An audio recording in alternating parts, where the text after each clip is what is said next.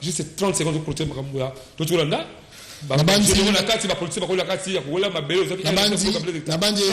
et ça la sonne moi l'exploration en général 30 secondes ils passent moi je toujours ils passent parce que tout dans le terrain c'est tout dans le terrain quand les généraux va continuer dans le terrain et quand ba luka ba lèvement ba politicien ba continuer kati sikoyo au moins dit que ya moni équipe Renault pour la parce que bandi kaka et bandi a lancé tant que bandi la base faut to bongisa donc ça veut dire faut musala les amakasi ko ça na mboko dewa. Voilà. On comprend, nous sommes les amakasi. Pour bien sûr, dans la terre, ma moto monaka.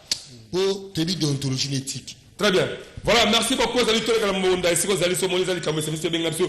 qui se passe dans le marché liberté aux dirigés de l'Olamboka, Guy Foli, KBA, KPP?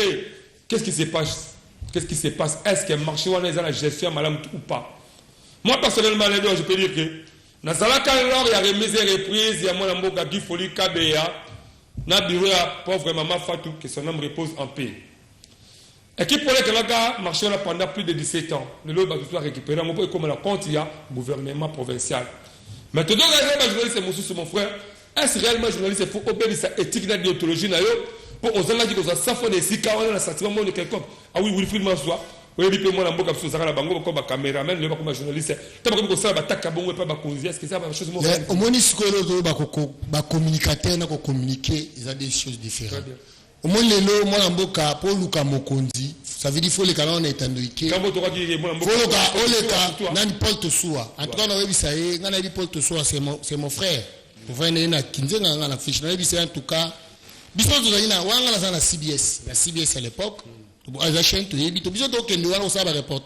à l'époque la gestion on a avec comme caméraman mais atika pardon atika nam Guy Foli asala musana atika moi mboka parce que calamité na bandi bomoni marché à liberté ba président monsieur uté kozika uté ba biloka uté kozika faut ba réparer ba pavillon mususu réhabiliter ba pavillon bani en tout cas grand travail et gars travail ba ba liminer nini le matin les pas musiciens comme pas journaliste ba mouton noir to bossani de ça veut dire au vani na yoka a Guy Foli ce qui na taqué na TV on a $50 to tika pardon non c'est na ba journaliste ya omoni ngai so na ba journaliste ba belé la tali yo au kotanamte parce que éthique d'ontologie et puis information ça ka mbongote. On comprend? L'information de statut c'est gratuit. Tu vas additionner tout ça. Rien.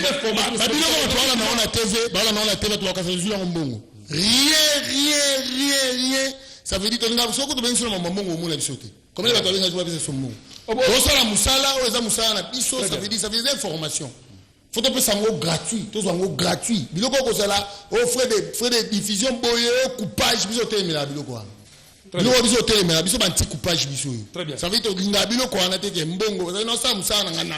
Donc on est amis biso mboko ebele to tambola. Moi la mboka Paul Tosoua na ebi to zaki ne ça na seul 10 ans à l'Assemblée nationale.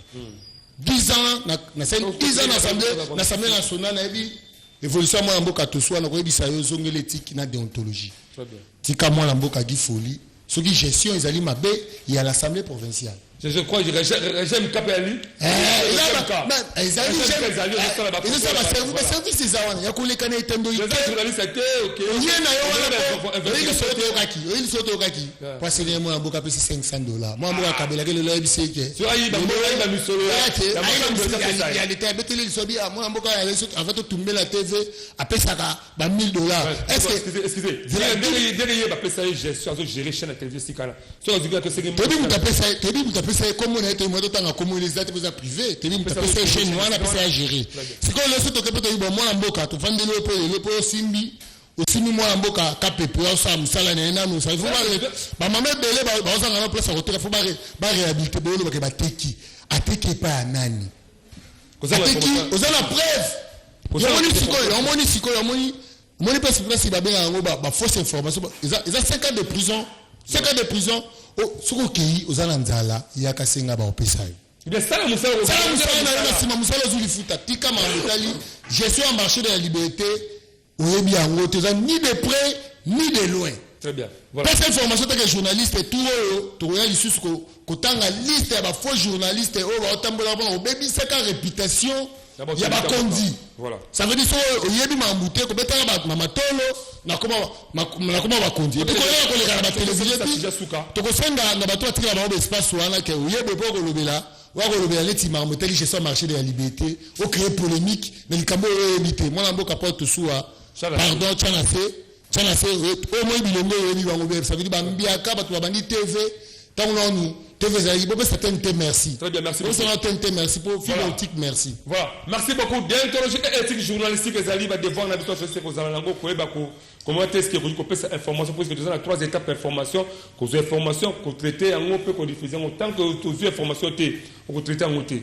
Faut d'abord luka yango comme pour le Congo si la source au yango le quand sera problème le Canada dernièrement la spoliation on va teka mabele na ya ba ki ko ba umba wa ki ko ba umba ya ka de sango ba zo ba ko mabele qu'est-ce qui se passe maintenant la carte ya Changu des ordres politiques et politiques la carte ya ABG on est dirigé par Mwana Mboka Jonathan de na Mwana Mboka Jean Ngoyivuzi o le ministre ya Ecofin Guerwana, ça va pas.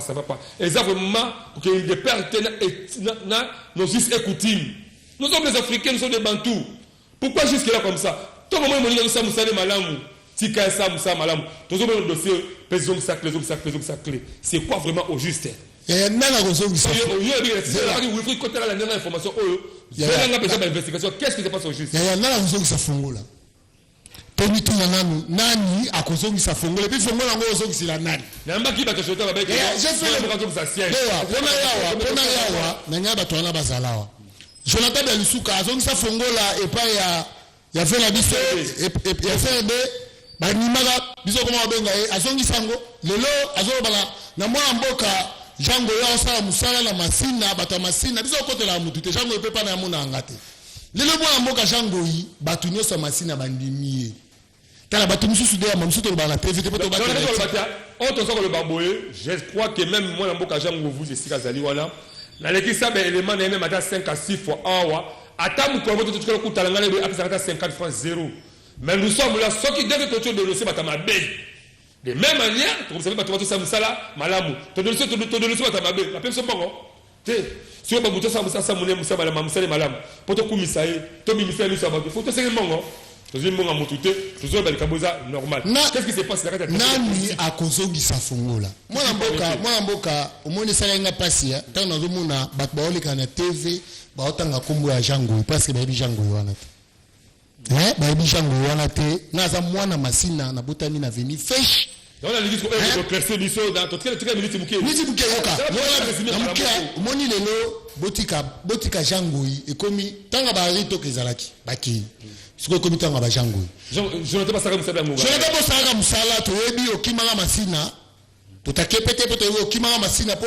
okoka charge masina te okoma na monga fula tika masina kipena mama monga fula tika mwana mboka jango yi mvunzi asala musala na ye o parce que batu au moins lelo obiye batu so batoza na municipal bakoko tonisa municipal te batika soko komelo kwa nzambe babulisa voilà bongo mais nga jalelo ko sala jalelo na limite balika mu clairement oui Jean je sais très bien que quand c'est de masina bien chaque côté en tout cas même là na mona ba action ya sala on a diffusé gratuitement et d'ailleurs pour tenir mazala ayebi on devrait quand même faire quelque chose une émission Zakia va même ça l'émission une fois la bande Robert qui pour la compte à Jean Moï donc ils doivent quand même payer cela c'est que pourtant Jean Moï azam muto sa musana honnêtement taliso peut-être que ça va détournement na ministère kuna là ça m'intéresse beaucoup de la gestion par rapport quand même l'émission aux monde na miso batou ngala to salam salam ko s'il vous plaît dewa ngala to salam ça jale loté ya kubaya ngamta ba jale loté parce que ngana yo to ngamba yamba batou yo par rapport à faire siko maintenant puisque to na suka émission to na suka émission ngala osenga na batou botika soki banzoko ba obunda matiti mutemo na rapasi so banzoko mbale ba obunda batika ko distraire bana masina na zongisa fongola na oyo ngala matina ba cheval na oyo batika ko distraire bana masina oyo ba action bana masina ba posta to mona ba action kala mi demande ngo zo sila calamité botika auditeur batalo na baction jango ya sala kapona yo o bakani pona ngai nazalaka etake journaliste d'investigation na tout temps na terrain pona ngai na soutenaka ye na soutenaka pas c'est l'action visible. Voilà. Comment te jango ya bimisa mbongo na affaire de diffuser la porte na lo bango na télévision monanga. Mais ça veut dire quoi? Faut qu'on soutenir muto yo zo bona ke so boza baza mi balé ou mi satu na masina évolue. Biso longa masina. Ça veut dire c'est un monsieur à soutenir. Botika biloko wala bazo misa fungula po bino bazo misa fungula CRDT. Très bien. Je mususu ngaza nga journaliste. Je mususu to ça la débat face à face nando tuna bango lisolo puis ça n'a pas ce ko benga muto enseignant muto osaka na été. Si les lobbies sont en classe, les autres sont journalistes, les autres sont en c'est normal. C'est normal, tout le monde. Jean Gondelo, c'est un ministre de l'Ecofin. Il a battu l'espace, la qualité de vie, soit disant journaliste, soit disant est-ce que journaliste a wapi? Voilà, nous sommes arrivés au terme. Alors, s'il faut conclure maintenant, pour dire maintenant, la balle qui va soutenir actuellement par rapport à Missal Madame Zomona. Biso toza to bina bango boy bala masina toza ni porte parole amu. Biso bala bango bito oze la bango na suka to tuna bango to tuni bango te. Mais batika on distrait population. Biso toza na so na miko distrait no ba zomisa fongola bango ba zomisa fongola ya Femboso. Voilà. Parce que bandaki o baba qui ti par le paix. On va parler paix. Qui ti par le paix. Voilà. Il y a moi, on comprend. Si quand on se passe que ça va fonctionner là-bas, que c'est pas Femboso, oh voilà paix. Si on peut être Femboso, si on s'appelle Kuna, c'est politique yaya, c'est politique. Tala mai, tala badi yaya. On comprend. Tout le monde chose. Tala mai, tala badi, boti comme dans ça fonctionne là ça te. Biso ça là pour qu'on soutenir. Ça là pour on ça qui toko to ça peut mener. C'est ça ma beto le bela yo. Boti ma façon ça fonctionne là. Ça n'est fini, merci si comme merci pour point comme merci le mwana mboka. David Ngué, pourquoi pas la moine Mboka Henri Ikolo, nous sommes arrivés au terme de cette belle émission par excellence. Tous les canambons dans la seule émission qui vous plonge au cœur de l'actualité. Bon, on dit ma réaction comment l'hôtel de la spoliation. Bon, tel ma cam osé niveau à ICC le Kuna, Ndengeni Bandeko. Mon Mboka barré, parce que le Kabas spolié, terre, on a la famille a fait présent au Boutou. Bon, on dit comment est-ce que mon Mboka aime voir que l'équipe a en vie, bah quand il était, Azar vraiment libre, tout le bas. Bon, on dit comment est-ce que mon Mboka, KPP, Toké, Guy Folie, Ozali, gestionnaire, il y a marché liberté, ça, vous savez qui toque autour de bien, en tout cas, faut qu'il y ait d'abord, parce que tout ça, besoin de comment ce marché là et qu'on a vraiment qui toque. Et pourquoi pas la moine Mboka, Jango et vous, ça peut me saluer qui toque, parce que le capitaine Fourage, comme la Souka, on va mettre prochainement dans le numéro de Sika, jusqu'à là, restez branchés sur le reste du programme, il y a Absi Télévision. Bye.